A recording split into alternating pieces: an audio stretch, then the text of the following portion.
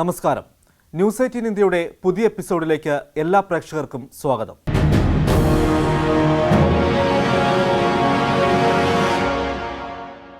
Exit പോളുകൾ ഒരു പരിധിവരെ ശരിവെച്ചുകൊണ്ട് മഹാരാഷ്ട്രയിൽ ബി.ജെ.പി. ശിവസേന സഖ്യം കേവല ഭൂരിപക്ഷമെന്ന കടമ്പ കടന്നു. പക്ഷേ സംഖ്യകൾ എല്ലാവരും പ്രവചിച്ചതിലും കുറഞ്ഞു എന്ന് മാത്രമല്ല, ഒറ്റയ്ക്ക് കേവല ഭൂരിപക്ഷമെന്ന ബി.ജെ.പിയുടെ സ്വപ്നവും പൊലിഞ്ഞു. ഈ തെരഞ്ഞെടുപ്പിൽ അപ്രതീക്ഷിത നേട്ടമുണ്ടാക്കിയത് NCP-യാണ്. കോൺഗ്രസുമായുള്ള സഖ്യത്തിന് പ്രവചിച്ചതിലും അധികം സീറ്റ് നേടിക്കൊടുത്തത് 78-കാരനായ ശരത് പവാറിൻ്റെ പ്രവർത്തനമാണെന്നതും എടുത്തു പറയണം. മഹാരാഷ്ട്ര തെരഞ്ഞെടുപ്പിലുണ്ടായ രാഷ്ട്രീയ സംഭവ വികാസങ്ങളെക്കുറിച്ചാണ് ഇത്തവണ രാഷ്ട്രീയം.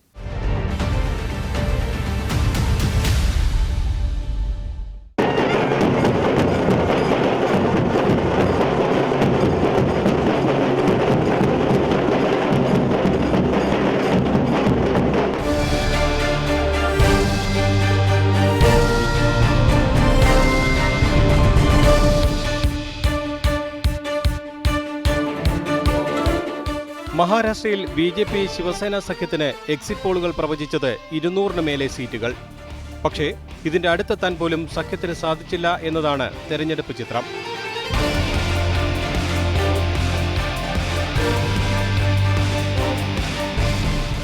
കഴിഞ്ഞ തെരഞ്ഞെടുപ്പിൽ ലഭിച്ച 122 സീറ്റിനടുത്തെത്താൻ പോലും ഇത്തവണ ബി.ജെ.പിക്ക് സാധിച്ചില്ല. 19 സീറ്റുകളാണ് ബി.ജെ.പിക്ക് നഷ്ടമായത്. ശിവസേനയ്ക്ക് 7 സീറ്റ് നഷ്ടമായി.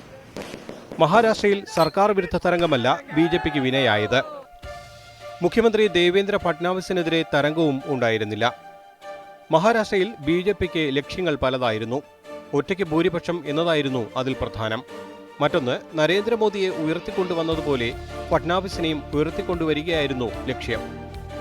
മഹാരാഷ്ട്രയിലെ നിറം മങ്ങിയ വിജയം ഈ ആഗ്രഹങ്ങൾക്കെല്ലാം പ്രതിസന്ധി സൃഷ്ടിക്കുകയാണ്.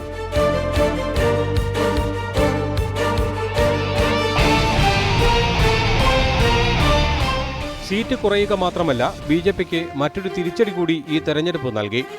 വോട്ടെടുപ്പിന് തൊട്ടുമുമ്പ് കോൺഗ്രസിൽ നിന്നും NCP-യിൽ നിന്നും അടർത്തി മാറ്റിയ സ്ഥാനാർത്ഥികളാക്കിയ 19 പേരും പരാജയപ്പെട്ടു എന്നതാണ് ആ തിരിച്ചടി. മുൻമന്ത്രി ഹർഷവർദ്ധൻ പാർട്ടിയിലും NCP വിട്ട് ബി.ജെ.പി. ടിക്കറ്റിൽ മത്സരിച്ച ഉദയൻ രാജും അടക്കമുള്ളവരാണ് പരാജയപ്പെട്ടത്. ഇനിയുമുണ്ട് തിരിച്ചടികൾ. ഫട്നാവിസ് മന്ത്രിസഭയിലെ 5 മന്ത്രിമാരാണ് തോറ്റത്.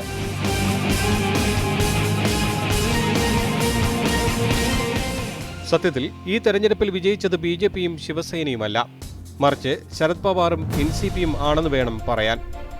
കഴിഞ്ഞ തവണത്തേക്കാൾ വെറും 2 സീറ്റ് മാത്രമാണ് കോൺഗ്രസിന് അധികം നേടാനായത്. അതേസമയം 13 സീറ്റുകളാണ് NCP അധികം നേടിയത്. ഈ നേട്ടം ശരത് പവാർ എന്ന 78 വയസ്സുകാരന്റെ പ്രയത്നം കൊണ്ട് മാത്രമാണ്. കോൺഗ്രസിന് ലഭിച്ച സീറ്റുകൾ പോലും ശരത് പവാറിന്റെ ദാനമാണ്. സംസ്ഥാനത്ത് പ്രചാരണത്തിന് ഇറങ്ങാൻ പോലും ദേശീയ നേതാക്കൾ ആരും തന്നെ എത്തിയില്ല. ആകെ രാഹുൽ ഗാന്ധി മാത്രമാണ് 4-5 റാലികളിൽ പങ്കെടുത്തത്. അതിനാൽ തന്നെ ശരത് പവാർ തന്നെയായിരുന്നു NCP കോൺഗ്രസ് സഖ്യത്തിന്റെ മുഖ്യ പ്രചാരകൻ. ദിവസേന 8-10 റാലികളിൽ ശരത് പവാർ പ്രസംഗിച്ചു. അതിൽ NCP-യുടെ മാത്രമല്ല കോൺഗ്രസിന്റെ മണ്ഡലങ്ങളുമുണ്ട്. അതിൽ ശ്രദ്ധേയമായത് ഒക്ടോബർ 18-ന് സതാരയിൽ മഴയെ അവഗണിച്ചും ശരത് പവാർ നടത്തിയ പ്രസംഗമാണ്. മഴ നനഞ്ഞ് പവാർ പ്രസംഗിക്കുന്ന ദൃശ്യങ്ങൾ സമൂഹ മാധ്യമങ്ങളിലടക്കം വൈറലായിരുന്നു.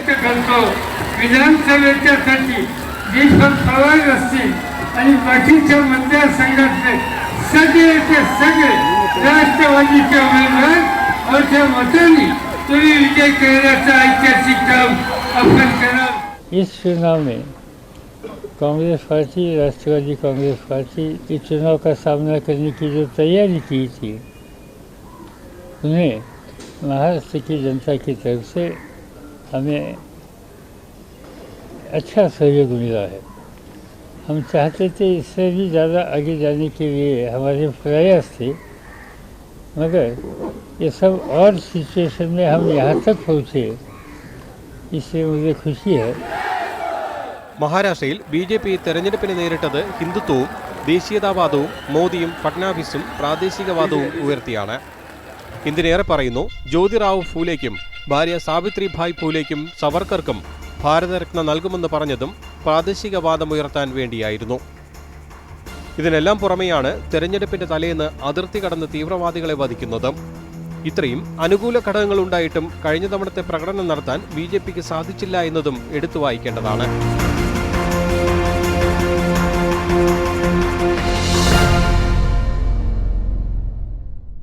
ഇതിനിടയിൽ താരമായ മറ്റൊരു ഘടകമുണ്ട്, നോട്ട. രണ്ടിടങ്ങളിൽ 20,000-ത്തിലേറെ വോട്ട് നേടുകയും മറ്റൊരിടത്ത് 5,000-ത്തിനടുത്ത് വോട്ട് നേടിയ നോട്ടയുമാണത്. ലാത്തൂർ റൂറലിൽ കോൺഗ്രസിന്റെ ധീരജ് വിലാസ് റാവു ദേശ്മുഖ് 1,21,482 വോട്ടിന് ജയിച്ചപ്പോൾ രണ്ടാമതെത്തിയത് നോട്ടയാണ്. 27,449 വോട്ടാണ് നോട്ടയ്ക്ക് ലഭിച്ചത്. ശിവസേനയുടെ സ്ഥാനാർത്ഥി 13,459 വോട്ട് നേടി മൂന്നാമതായി. പാലൂസ് കദേഗാവിൽ കോൺഗ്രസിന്റെ വിശ്വജിത്ത് കദം 1,71,497 വോട്ടുകൾക്ക് വിജയിച്ചപ്പോൾ 20,631 വോട്ടുകളുമായി നോട്ട ഇവിടെയും രണ്ടാമതെത്തി. ശിവസേനയുടെ സ്ഥാനാർത്ഥിക്ക് 8,976 വോട്ടേ നേടാൻ കഴിഞ്ഞുള്ളൂ. അക്കൽകുവയിൽ 82,770 വോട്ടിന് കോൺഗ്രസിന്റെ KC പടാവി തുടർച്ചയായി മൂന്നാം തവണയും ജയിച്ചപ്പോൾ നോട്ട ഇവിടെ നേടിയത് 4,857 വോട്ടുകൾ. മഹാരാഷ്ട്രയിൽ നോട്ടയ്ക്ക് ലഭിച്ച 1.37% വോട്ടുകൾ ഭരണവിരുദ്ധ വികാരം വ്യക്തമാക്കുന്നതാണ്. പക്ഷേ ഇത് കോൺഗ്രസ് NCP സഖ്യ സ്ഥാനാർത്ഥികളോടുമുള്ള അതൃപ്തിയും പ്രകടമാക്കുന്നു എന്നുകൂടി ചേർത്ത് വായിക്കണം. ശക്തമായ പ്രതിപക്ഷമാകാൻ കോൺഗ്രസിനോ NCPക്കോ സാധിച്ചില്ല എന്നതിന്റെ തെളിവാണിത്. പ്രളയവും സാമ്പത്തിക പ്രതിസന്ധിയും തുടങ്ങി നിരവധി കാരണങ്ങളുണ്ടായിട്ടും ഇതൊന്നും പ്രയോജനപ്പെടുത്താൻ കോൺഗ്രസ് NCP സഖ്യത്തിന് സാധിച്ചില്ല. കേന്ദ്ര സഹായമില്ലാതെ തെരഞ്ഞെടുപ്പ് നേരിട്ട മഹാരാഷ്ട്ര കോൺഗ്രസിൽ ദേശീയ സംസ്ഥാന നേതൃത്വത്തിലെ അനിശ്ചിതത്വവും ഉൾപ്പോരും തിരിച്ചടിയായി. ഇത് പ്രമുഖ നേതാക്കളും തുറന്നു സമ്മതിക്കുന്നു. जिन लोगों ने अपने रिकमेंडेशन पे, अपने जिद पे सीटें मांगी हैं, उनके सीटों पर उन्होंने कितने काम किए, क्या काम किया और नतीजा क्या हुआ, इसका सही असेसमेंट, मूल्यांकन होना चाहिए, इसका विश्लेषण होना चाहिए। और जो लोग दिल्ली में घूम घूम कर जिद करके अपने अपने लोगों को टिकट दिलाने में कामयाब हुए, कोट अनकोट, यहां जो फेल हुए उसका हिसाब किताब उनसे पूछना चाहिए, मांगना चाहिए. എക്സിറ്റ് പോളുകൾ തള്ളി ഹരിയാനയിൽ കൂട്ടുകക്ഷി സർക്കാർ. തെരഞ്ഞെടുപ്പിൽ വമ്പൻ ഭൂരിപക്ഷവുമായി ഒറ്റയ്ക്ക് അധികാരത്തിൽ എത്തുമെന്ന BJPയുടെ സ്വപ്നങ്ങൾക്ക് ഹരിയാനയിലും തിരിച്ചടി. ഒടുവിൽ ജനനായക് ജനതാ പാർട്ടിയുമായി സഖ്യം രൂപീകരിച്ചു. മുഖ്യമന്ത്രി പദം BJPക്കും ഉപമുഖ്യമന്ത്രി പദം JJPക്കും നൽകാൻ ധാരണയുമായി. ഒരു ഘട്ടത്തിൽ BJPക്ക് ഭരണം നഷ്ടമാകുമെന്ന് വരെ തോന്നിച്ച ഹരിയാനയിലെ കോൺഗ്രസിന്റെ സീറ്റ് നേട്ടവും BJP JJP പിന്തുണയെയും കുറിച്ചാണ് രാഷ്ട്രം രാഷ്ട്രീയത്തിൽ അടുത്തത്.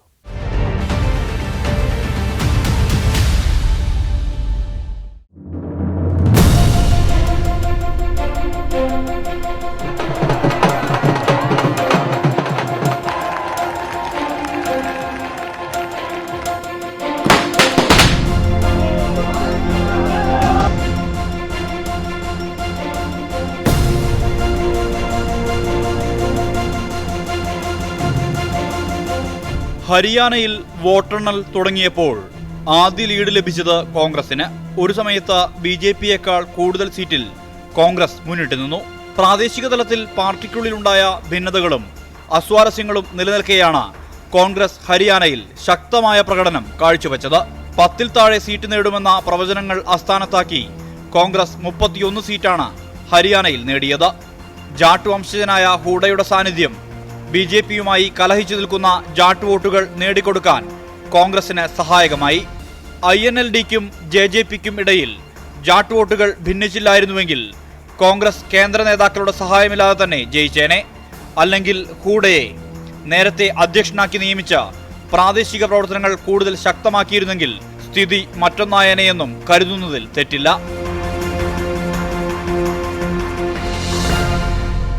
പക്ഷേ സ്ഥിതിയിൽ കാര്യമായ മാറ്റമില്ല.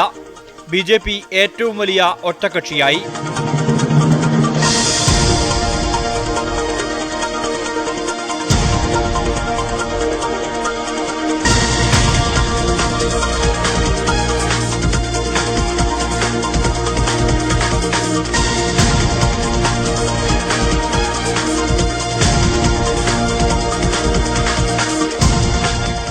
വോട്ടെണ്ണലിനിടയിൽ കോൺഗ്രസ് ഒരു സമയത്ത് JJPയുമായി ചേർന്ന് സർക്കാർ രൂപീകരിക്കുമെന്ന തരത്തിൽ വാർത്തകൾ പുറത്തു വന്നിരുന്നു.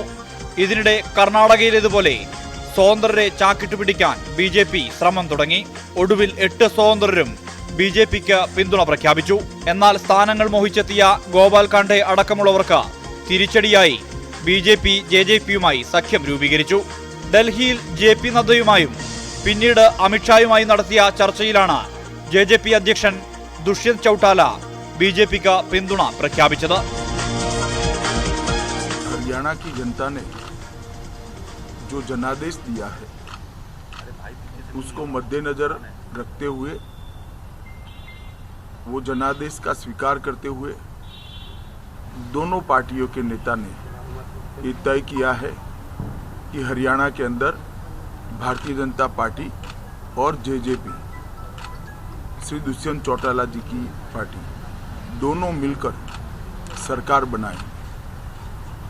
ये सरकार में मुख्यमंत्री भारतीय जनता पार्टी के होंगे और उप मुख्यमंत्री JJP पक्ष के होंगे और कई सारे निर्दलीय विधायकों ने भी एक गठबंधन को अपना समर्थन दिया है। अमित शाह जी का, नड्डा जी का धन्यवाद करूंगा कि प्रदेश को एक स्टेबल गवर्नमेंट मिले, उसके लिए भारतीय जनता पार्टी और जननायक जनता पार्टी का साथ आना जरूरी था।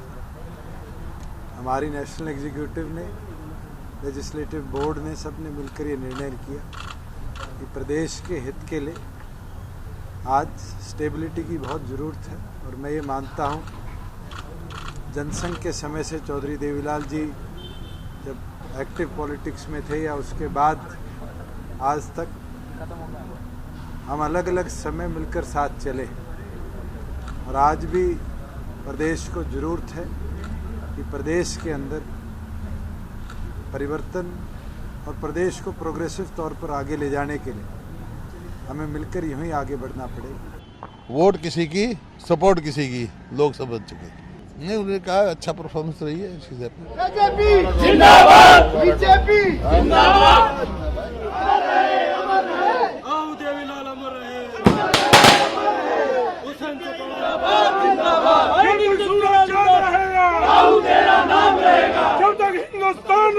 ദേശീയതയും ആർട്ടിക്കിൾ 370-ഉം മോദിയും ഹിന്ദുത്വവും അതിനു പുറമെ പാക് അധീന കാശ്മീരിൽ ആക്രമണവുമെല്ലാം BJPയെ കൈവിട്ടു.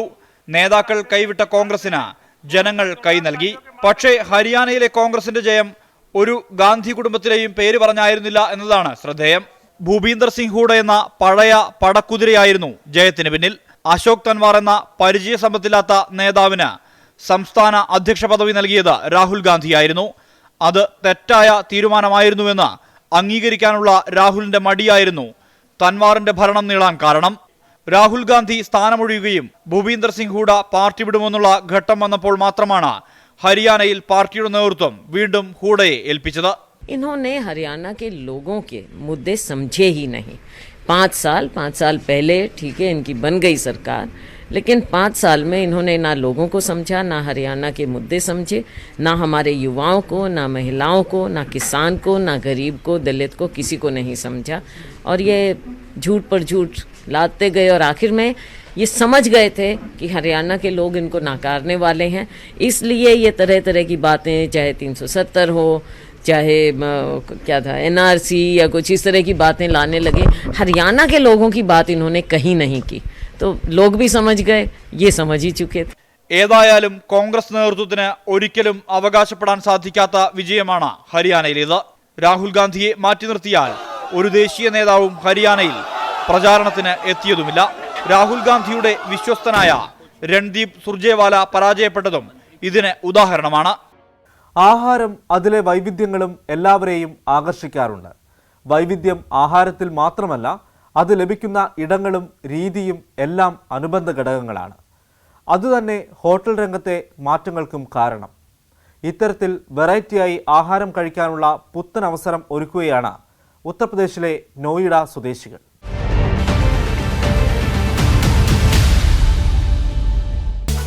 കാറ്റേറ്റ് ആകാശത്തിരുന്ന് ഭക്ഷണം കഴിക്കാൻ നിങ്ങൾക്ക് ആഗ്രഹമുണ്ടെങ്കിൽ നിങ്ങളെപ്പോലുള്ളവർക്കായി അവസരം തുറന്നിരിക്കുകയാണ് ഉത്തർപ്രദേശിലെ നോയിഡയിലെ സെക്ടർ 38. ആകാശത്ത് ഭക്ഷണം വിളമ്പുന്ന ഇന്ത്യയിലെ ഏക റെസ്റ്റോറന്റാണ് ഇത്.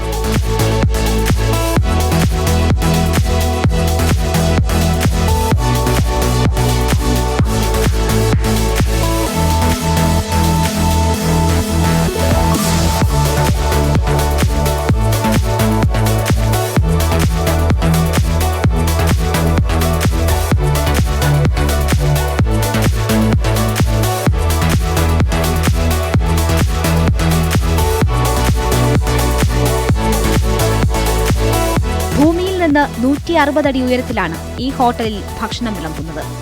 പക്ഷേ ഒരു കുഴപ്പം മാത്രം, ഡിന്നർ മാത്രമേ ഇവിടെ ലഭിക്കൂ. ദിവസം 4 തവണ മാത്രമാണ് റെസ്റ്റോറന്റ് ആളുകളെയും കൊണ്ട് ആകാശത്തിലേക്ക് ഉയരുക. 4 കോഴ്സ് ഡിന്നറാണ് ഇവിടെ ലഭിക്കുന്നത്. Mocktail, starters, main course, dessert എല്ലാം ലഭ്യമാണ്.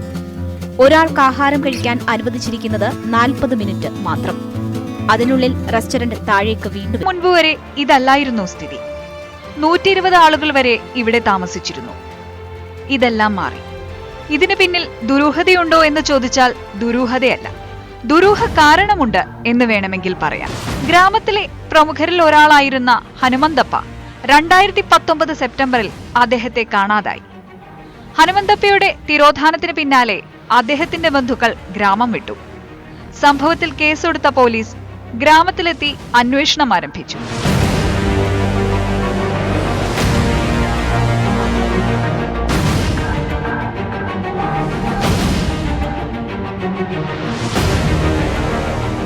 അന്വേഷണത്തിൽ അദ്ദേഹത്തിന്റെ തന്നെ ബന്ധുക്കളാണ് കാണാതാകലിന് പിന്നിലെന്ന് കണ്ടെത്തി. ಒಬ್ಬಂದು ದೊಡ್ಡಪ್ಪ ಕಜ್ಜಳ್ಳಿ ಹನುಮಂತಪ್ಪ ಅಂತ ಅವರಿಗೆ ಅವ್ರು ಮರ್ಡರ್ ಮಾಡ್ತಾರೆ, ಏನು ಕೊಡ್ಲಿಯಿಂದ ಅವಾಗ ಮರ್ಡರ್ ಮಾಡಿದ್ದು. ಆ ಮರ್ಡರ್ ಮಾಡಿದಾಗ ಸಾಕಷ್ಟು ಜನ ಗುಂಪು ಕೂಡಿ ಅದನ್ನು ಮರ್ಡರ್ ಮಾಡ್ತಾರೆ. ಮಾಡಿದ ನಂತರ ಮಾಡಿಬಿಟ್ಟು ಅವರು ಆ ಊರು ಬಿಟ್ಟು ಹೋಗ್ತಾರೆ. ಯಾವುದು ಬಾಂಬಿ ಕಾಲನಿ ಅಂತ ಗುಡೇಕೋಟ ಲಿಮಿಟ್ಸು.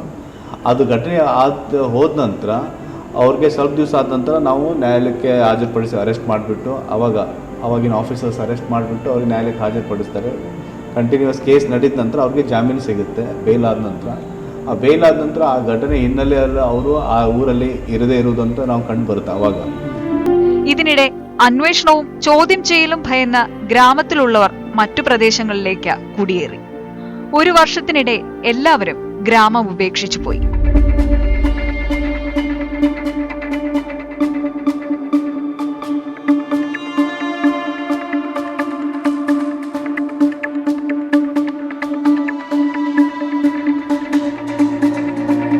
കഴിഞ്ഞ 1 വർഷത്തിനിടെ ഏതാനും പേർ തിരികെ ഗ്രാമത്തിലേക്ക് വന്നപ്പോൾ ബോംബെ ഉപേക്ഷിക്കാനുള്ള കാരണം അധികൃതർ തേടി.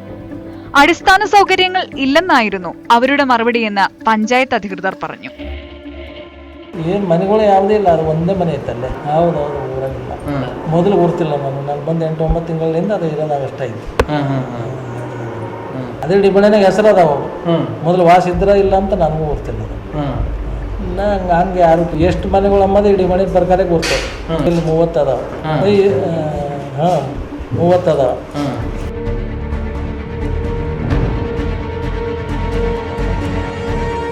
ദയാനന്ദ് ബോംബെയിലെത്തുമ്പോൾ ഒരു വീട് മാത്രമാണ് തകരാത്തതായി ഉണ്ടായിരുന്നത്. ഏകദേശം 30ഓളം വീടുകൾ എല്ലാം തകർന്ന അവസ്ഥയിലായിരുന്നു. ഇവിടേക്ക് ആളുകൾ മടങ്ങിയെത്തുമെന്ന പ്രതീക്ഷയിലാണ് ഗ്രാമപഞ്ചായത്ത് ഉദ്യോഗസ്ഥരും പോലീസുകാരും എല്ലാം. ന്യൂസ് 18 ഇന്ത്യയുടെ ഈ ലക്കം ഇവിടെ സമാപിക്കുന്നു. ദേശീയ രാഷ്ട്രീയത്തിലെ രസകരമായ വാർത്തകളും വിശേഷങ്ങളുമായി അടുത്തയാഴ്ച വീണ്ടും കാണാം. അതുവരെ നന്ദി, നമസ്കാരം.